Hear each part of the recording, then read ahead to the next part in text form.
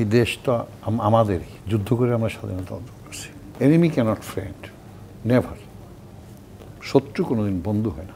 বিশেষ করে যুক্তরাষ্ট্র দেশটির নির্বাচনের আগে আগে যে পরিমাণ আমাদের রাজনীতিতে প্রভাব ফেলার অভিযোগ আওয়ামী লীগ করছিল, এবং একই সাথে নির্বাচনের আগে যে তৎপরতা আমরা তাদের দেখছিলাম, ভিসা নীতি থেকে শুরু করে এই যে র্যাবের উপর স্যাংশন দেওয়া, নানা কিছু তারা তৈরি করেছিলেন একই সাথে। এখন ডক্টর মোহাম্মদ ইউনূস আসছেন, তার সাথে একটা খুবই সুসম্পর্ক আছে যুক্তরাষ্ট্রের। আপনার কি মনে হয় যে যা কিছু জটিলতা তৈরি করেছিল আওয়ামী লীগ সরকার, এই যে ভিসা নীতি সেগুলো আসলে এই সরকার শেষ করে যেতে পারবে, মানে এই সংকটটা সমাধান করে যেতে পারবে কিনা? আসলে কি করবে কি করবে না এই নিয়ে আমার মাথা ব্যথা নাই, আমার ব্যক্তিগত। আমার যেটা ভালো লেগেছে, এই দেশ তো আমাদেরই, যুদ্ধ করে আমরা স্বাধীনতা অর্জন করছি। এমন একজন মানুষ প্রধানে উপদেষ্টা হয়েছেন, সারা পৃথিবীতে যার যে সমাদৃত নোবেল লরিয়েট ডক্টর ইউনূস সাহেব, তার সাথে যে আন্তরিকতা আমেরিকান প্রেসিডেন্ট থেকে আরম্ভ করে ইটালি, কানাডা, সব দেশের, উনি, এটা ওনার গৌরব নয়, এটা বাংলাদেশের গৌরব, আমাদের গৌরব, যেটা স্বাধীনতার পরে কোনোদিন হয় নাই আজ পর্যন্ত, আমি যতটুকু জানি। নিঃসন্দেহে সেটা আমাদের একটা গৌরব। আরও আমার যেটা ভালো লেগেছে যে এই ছাত্র আন্দোলনের যারা নেতা, তাদেরকে উনি জাতিসংঘে পরিচয় করে দিয়েছেন। এটা আমার কাছে অত্যন্ত ভালো লেগেছে। যাদের রক্তের বিনিময়ে, একসময় আমরাও ছাত্র রাজনীতির সাথে জড়িয়েছিলাম, 3 জনই ছিলাম। তো এই যে রক্তের বিনিময়ে যে আমরা যেটা পেলাম, সেটাকে আমাকে ধরে রাখতে হলে কি করতে হবে?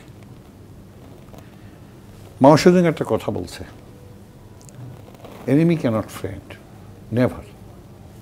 শত্রু কোনোদিন বন্ধু হয় না।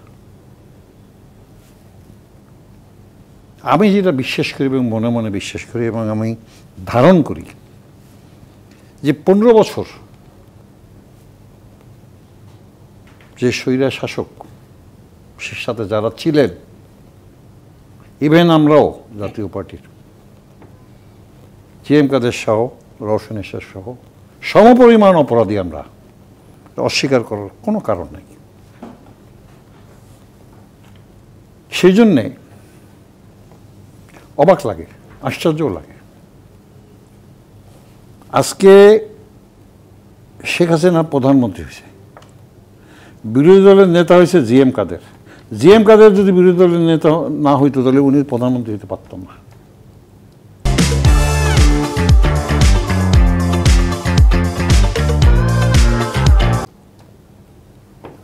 আমাদেরকে পানিশমেন্ট হওয়া উচিত। এই দেশকে ধ্বংসের জন্যে শেখ হাসিনা যেমন দায়ী, জাতীয় পার্টি তেমন দায়ী, 14 দল তেমনি দায়ী, আমাদের সপরিমাণ দায়ী। গণতন্ত্রের কথা বলতে হয়। স্বাধীনতা যুদ্ধের পরে গণতন্ত্র কি জিনিস এটা আমরা দেখিনি। যেমন আমি বলি, আপনাদের মনে আছে, প্রধানবার মনে থাকতে পারে, আরবার মনে আছে, পার্লামেন্টে দাঁড়ায়া শেখ মুজিবুর রহমান বলেছিল, কোথায় সেরা শিকদার? এই দম্ভ। আমার আপন বড় ভাই কমরেড অলিউর রহমান লেবু সেক্টর 8 ও 9 কমান্ডার ছিল, আমার আপন বড় ভাই। 7ই মার্চ নির্বাচন হয়েছিল। নির্বাচনে কমলেশ বেদজ্ঞ নাম করে এক কুড়ো ঘরে ন্যাপের ক্যান্ডিডেট ছিল। নির্বাচনে পরাজিত হওয়ার পরে 1973 সালের 10ই মার্চ গোপালগঞ্জের কোটালীপাড়ার টুপুরিয়া গ্রামে 5 জন মানুষকে নৃশংসভাবে হত্যা করা হয়েছিল আওয়ামী শাসন আমলে। গণতন্ত্র তো তখন থেকে ছিল না। আজকে পর্যন্ত আমার ভাইয়ের সেই বিচার হয় নাই, সেই হত্যার বিচার হয় নাই। আমার পরিবারে কোনো আওয়ামী লীগ নাই, আমরা বাম রাজনীতির সাথে জড়িত। আমার বাবা গোপালগঞ্জ মহকুমা মুসলিম লীগের সভাপতি ছিলেন। 90-এর গণ আন্দোলনের পরে যে সরকারটা গঠন হয়েছিল তখনও গণতন্ত্র ছিল না? গণতন্ত্র কোনো কালেই ছিল না, কোনো সরকারের আমলে ছিল, কোনো সরকারের আমলে ছিল না, আমাদের আমলে তো ছিলই না।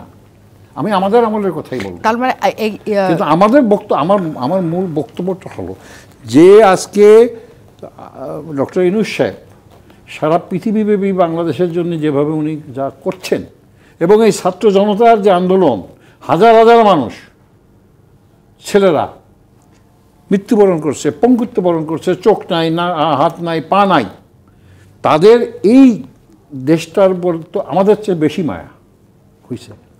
কিন্তু সেই দেশটাকে যদি আপনাকে ঠিক রাখতে হয়, তাহলে আপনার এই দেশের শত্রু কারা, তাদেরকে আগে ধরে নিতে হবে কারা শত্রু। সেই শত্রুদেরকে আগে আগে পার্মানেন্টলি তাদের বিচার হওয়া উচিত। শেখ হাসিনার যদি 50% বিচার হয়, 100 বার ফাঁসি হয়, আমাদেরও 100 বার ফাঁসি হওয়া উচিত। আমরা যারা ছিলাম, জাসদ ইনুভাই সহ আমরা যারা 14 দল ছিলাম, জিএম কাদের সাহেব ছিলেন, বিরোধী দলের নেতা ছিলেন, চন্নু সাহেব ছিলেন, যারা যারা ছিলেন আর কি। রওশনের সাথেও ছিলেন একটা সময়। হ্যাঁ, রওশনের সাথেও ছিলেন। রওশনের সাথেও ছিলেন, তারও ফাঁসি হওয়া উচিত 100 বার। ওর যদি 100 বার হয় তো ওনার কেন 100 বার হবে না রে ভাই? দুঃখজনক হলেও সত্য, যেটা খারাপ লাগে, জিএম কাদের বিরুদ্ধে 3টে হত্যা মামলা হয়েছে। আমি যতটুকু জানি, ওকালতি তো পড়ি নাই, যতটুকু জানি যে একজন আসামি জামিন না নেওয়া পর্যন্ত তো সে আসামি নাকি? সে কিভাবে আসামি হয়ে তো ওসি সাহেবের সাথে, আইজি সাহেবের সাথে দেখা করা যায় না, যতটুকু আমরা বুঝি। থানার পুলিশ দেখলে আসামিরা ভয়তে ফলায় চলে যায়। সেই আসামিরা স্বরাষ্ট্র উপদেষ্টার সাথে দেখা করে আসে, আসামিরা। হাউ? তার মানে কি? ওই যে ছাত্র জনতার যে রক্ত, সেই রক্তর সাথে আমরা কি বিশ্বাসঘাতকতা করতেছি না আসামিদের সাথে নিয়ে বসা? আমার বক্তব্য সেইটাই।